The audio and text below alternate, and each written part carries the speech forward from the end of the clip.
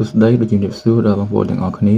នៅក្នុងវីដេអូនេះខ្ញុំនឹងបង្ហាញអ្នកទាំងអស់គ្នាពីរបៀបនៃការឈូសនិងដំឡើង Windows 10 នៅលើកុំព្យូទ័រតាមរយៈ USB flash អញ្ចឹងសម្រាប់បងប្អូនដែលអត់ទាន់ចេះក្នុងការឈូសកុំព្យូទ័របងប្អូនអាចមើលវីដេអូនេះយ៉ាងណាចង់បងប្អូនអាចឈូសបានដែរបាទអត់ពិបាកទេ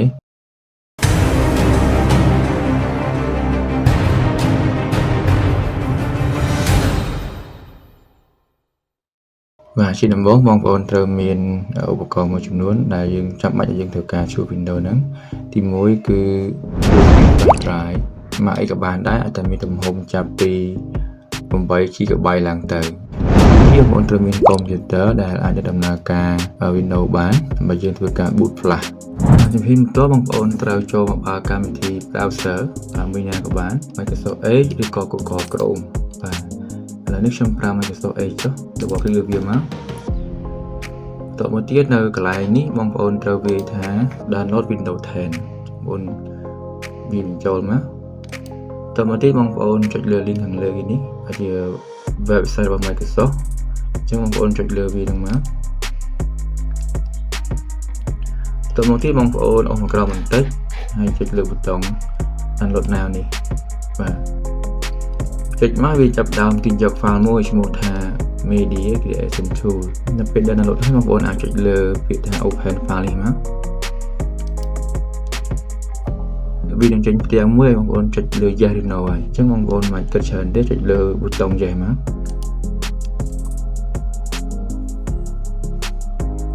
ហើយយើងរងចាំវាដំណើរការបន្តមកទៀតបងប្អូនចុចលើប៊ូតុង Accept នេះមកនៅកន្លែងនេះបងប្អូនត្រូវយកខាងក្រោមណា Create Installation Media ចុចខាងក្រោមនឹងមករួចចុចលើប៊ូតុង Next ហើយកន្លែងនេះបងប្អូនមិនចាំបាច់ធ្វើការផ្លាស់ប្ដូរអីទេចុចលើប៊ូតុង Next នេះមក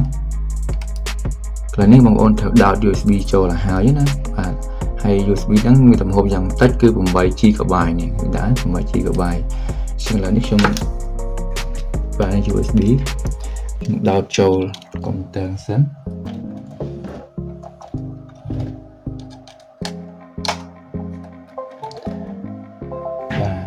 បាទចូលមកគឺវាមានលបទាំងនេះមានឲ្យវាស្គាល់កុំព្យូទ័រហើយអញ្ចឹងបងប្អូនទៅចូលមើលមកសូមបញ្ជាក់ថាមុននឹងធ្វើការ boot flash ត្រូវប្រកាសថា flash របស់បងប្អូនគឺអត់មានឯកសារអីសំខាន់នៅក្នុងនោះទេបើសិនជាមានបងប្អូនត្រូវ copy វាចេញដើម្បីកុំឲ្យវាបាត់បង់ណា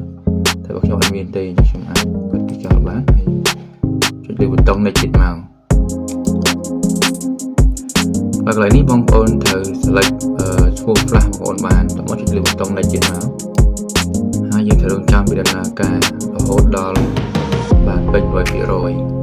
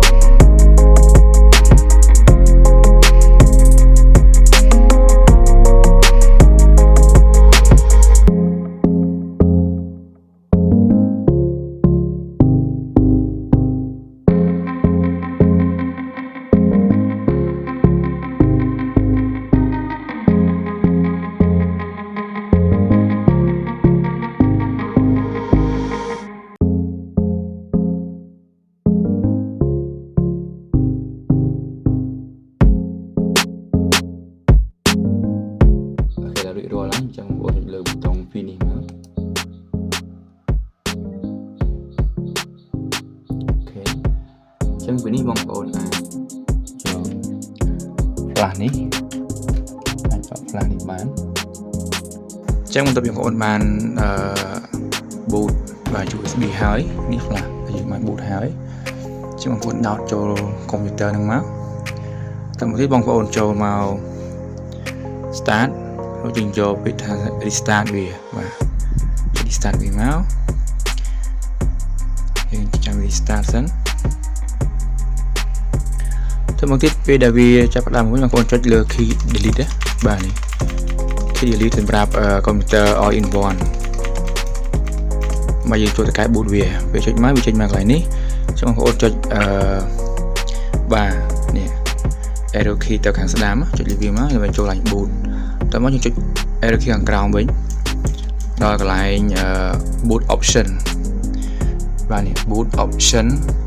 number 1នេះហើយយើងចុច enter ចុច key enter មកយើងយកទៅដល់ boot វាអញ្ចឹងយើងត្រូវមកយកនេះបាទចុច arrow key ចុចក្រោមហើយយើងចុចយកឈ្មោះ flash របស់យើងនេះគឺឈ្មោះនេះណាអញ្ចឹងបងប្អូនត្រូវស្គាល់ flash ខ្លួនឯងណា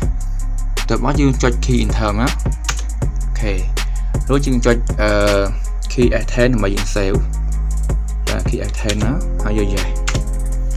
ហើយយើងរងចាំមានដំណើរការនេះវាចេញមកហើយនេះទេបងប្អូនសម្រាប់បងប្អូនដែលចង់ចេះជួស Windows ខ្លួនឯងជាអត់ពិបាកនៅពេលដែលកុំព្យូទ័រមានបញ្ហា Windows អី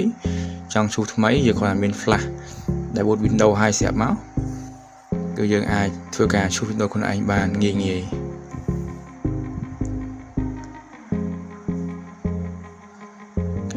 ដើមមកហើយយើងចាំវាមកដល់អូខេកន្លែងនេះបាទចឹងដល់កន្លែងនេះបងប្អូនត្រូវចុចមិនបាច់ដូរយកអីទេយើងអានឹង default វាមកហើយចឹងបងប្អូនចុចលើប៊ូតុង next មករួចចុច install now តមកទៀតវាឲ្យយើងដាក់license product key បាទ product key យកមានទេយើងយកកន្លែងនេះ I don't have product key បាទចុចហ្នឹងមកតមកយើងត្រូវរើសបាទរើសប្រភេទ Windows អញ្ចឹងយើងយក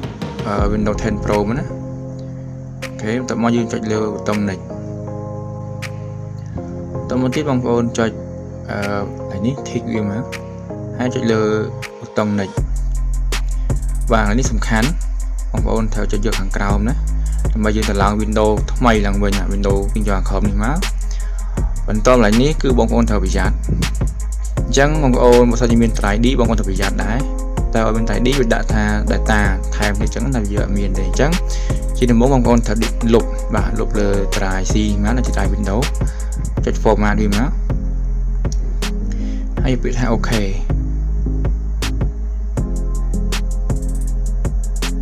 រួចយកពាក្យយើង delete វាមកពីអត់សិនដើម្បីវាកាត់សារเป็นថ្មីហើយយកពាក្យ OK ទៀតមកបាទនេះយើងអាចលុបចោលបាន delete វាចោលទៅលុបវាចោលទៀតមក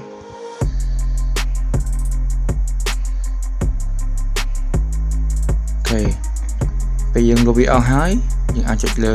ប៊ូតុង next ទៀតមកដើម្បីយើងឡើង Windows យើង next មកហើយសូមបញ្ជាក់បន្តិចតើកន្លែងហ្នឹងបងប្អូនត្រូវប្រកាសថាបាន backup ឬក៏ copy data ចេញពីdrive C អញ្ចឹងណាបាទ copy data ចេញទុកដើម្បីអញ្ចឹងទេពេលដែលយើង format ឬ delete ទៅគឺវានឹងបាត់ឯកសារនៅលើ drive C ហើយអញ្ចឹងបងប្អូនត្រូវ copy វាចេញដាក់នៅក្នុង drive D ឬក៏ external hard disk បាទជៀសវាងការបាត់បង់ឯកសារផ្សេងៗអញ្ចឹងយើងត្រូវរងចាំវារហូតបាទការ install ហ្នឹងបាន 100% អញ្ចឹងពេលបាន 100% វានឹងចាប់ផ្ដើមfinish ហើយនឹង restart កុំព្យូទ័រហើយអូខេឥឡូវនេះវាបាទចប់ហើយinstall នេះបានគ្រប់ឥឡូវចាប់ផ្ដើមធ្វើការfinishing up ហើយនឹងវានឹង restart នឹងសិនហើយហើយបងប្អូនក៏អាចចុច restart ណាក៏បានឬក៏ចាំវាដំណើរការសិនពេលនេះបងប្អូនអាចដក flash ចេញបានដក flash វាចេញមក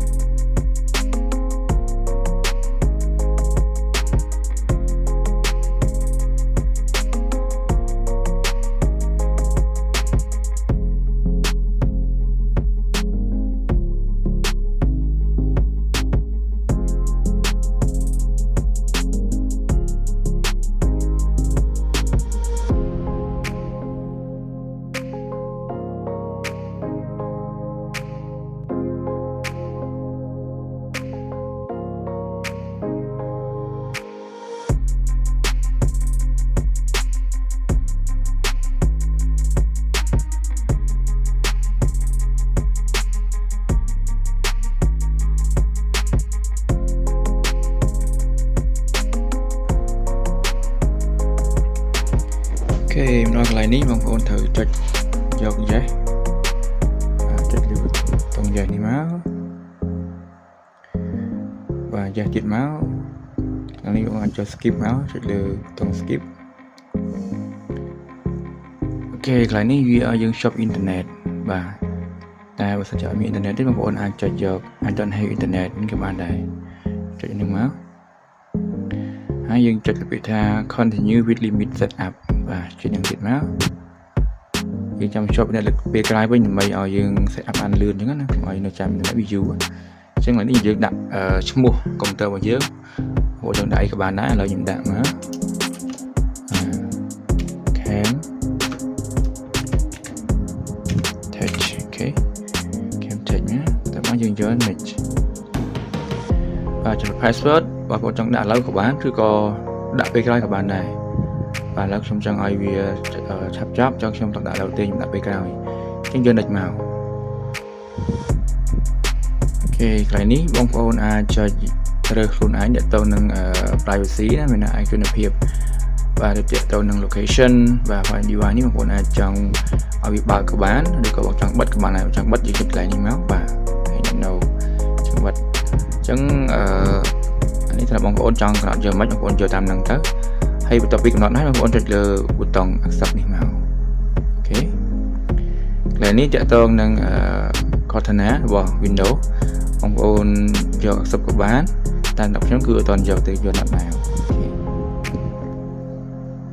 ខេចុចរួចរាល់ហើយ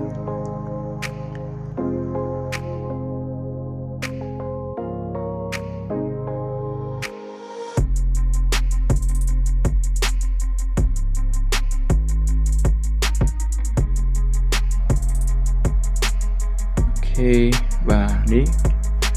រួចរាល់ហើយទៅដល់ការតម្លើងបាទយើងបានតម្លើង Windows 10 ឬក៏ Windows 10 បាទកម្រិតហើយអាចឆែកមើលបាននេះយក letter មកអូខេនេះ Windows 10 ណាទៅ 10 Pro 2022 អូខេអញ្ចឹងខ្ញុំឡើងតម្លើងរួចហើយបន្ទាប់ពីតម្លើងហើយបងប្អូនត្រូវធ្វើអីបន្តទៀតបាទអញ្ចឹងជាដំបូងបងប្អូនអាចមក connect internet ណាបើសិនជាបងប្អូនស្គាល់ internet បងប្អូន connect មកដើម្បីយើងធ្វើការ set up ដូចជា activate វាណាអញ្ចឹង Windows បងប្អូនហើយយកទៅ activate ទេពេលដល់ឡើងមកភ្លាមណាអញ្ចឹងដើម្បីយើងឆែកមើលតាក់ទងនឹង Windows activate ឬក៏អត់បងប្អូនចូលមក start នេះមកហើយយកពាក្យយកប៊ូតុង setting នេះ setting ដូចបងប្អូនអស់មកក្រោមបាទចុចលើពាក្យថា update and security នេះចុចលើវាមកដូចបងប្អូនចុចយកពាក្យ activation នេះបាទចុចលើពាក្យ activation នេះអូខេចាំវាដាក់តិចសិនអូខេនេះអញ្ចឹងអ្នកថា activate window now អញ្ចឹងមានន័យថា window បងប្អូនអត់ទាន់ activate ទេនៅពេលដែលយើងទៅឡើងព្រាមមកដោយសារអីភាគច្រើនដោយសារតែខ្ញុំអត់ទាន់ connect internet ហើយ internet អញ្ចឹងទៅទោះបីយើងប្រើ license ក៏វាអត់ទាន់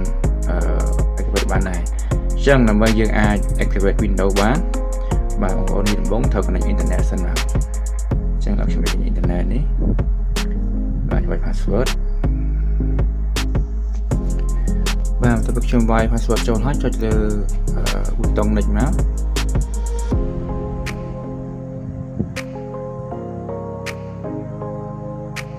អូខេឥឡូវ connect យីណាបាទអញ្ចឹងនៅពេលដែលបងប្អូន connect internet ហើយបងប្អូនអាចចូលមក activate វាដោយចុចលើពាក្យថារូបកូនសោនេះណា keyboard shoot ចុចលើវាមកបើសិនក្នុងករណី Windows បងប្អូនធ្លាប់ប្រើ license ពីមុនមកគឺវានឹង activate បានអូតូតិចតែម្ដងយើងចាំបាច់យក key យកអីណាមកទៀតទេបាទ activate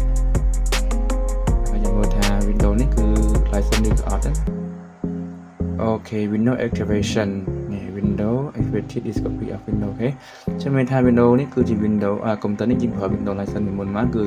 ទៅពេលដែលយើង connect internet យើងអាច activate វាបានឲ្យមិនចាំបាច់មាន key អីថែមទេយើងគ្រាន់តែចុចលើពាក្យថា keyboard shoot នឹងមកគឺវា activate តែម្ដងនេះបាទតែសម្រាប់បងប្អូនដែលអត់មានលទ្ធភាពក្នុងការទិញ license និងអត់អីទេយើងមានតែប្រើ credit សិនទៅមិន មែនតើខ្ញុំក៏ធ្លាប់ប្រើ Click មុនមកដែរវាមិនថាហានិភ័យទាំងអស់ហើយប៉ុន្តែបើយើងយក software ឬក៏កម្មវិធីនឹងពី website ដែលវា secure មានថាវាសុវត្ថិភាពគឺអត់អីទេយើងអាចប្រើប្រាស់វាបានដោយអត់មានបញ្ហាអីទេគ្រាន់តែពេលខ្លះវាអាចគាំងឬក៏វាអាច error តិចតួចតែវាអត់ជាបញ្ហាយើងអាចប្រើប្រាស់វាបានប៉ុន្តែខ្ញុំនៅតែលើកទឹកចិត្តឲ្យរកមើល license ដើម្បីយើងមកប្រើដើម្បីងាយស្រួលហើយវាសុវត្ថិភាពច្រើនជាងយើងប្រើ Crack ណាអូខេអញ្ចឹងតាក់ទងនឹងការ activate Windows គឺមានប៉ុណ្ណឹងហើយនៅវីដេអូក្រោយខ្ញុំនឹងបង្ហាញពីរបៀបនៃការបាទទី1យើងត្រូវដូរបាទដូរថ្ងៃខែណាម៉ោងហ្នឹងហើយនឹងយើងនឹង add keyboard language នេះបាទមានអង់គ្លេសមានខ្មែរអញ្ចឹងណាហើយវាអត់ទាន់មានទេអញ្ចឹងយើងត្រូវថា add វាមកអូខេអញ្ចឹងវីដេអូនេះមានប៉ុណ្ណឹងបាទជួបគ្នាវីដេអូក្រោយបើមានសំណួរបងប្អូនអាច comment នៅខាងក្រោមវីដេអូបាន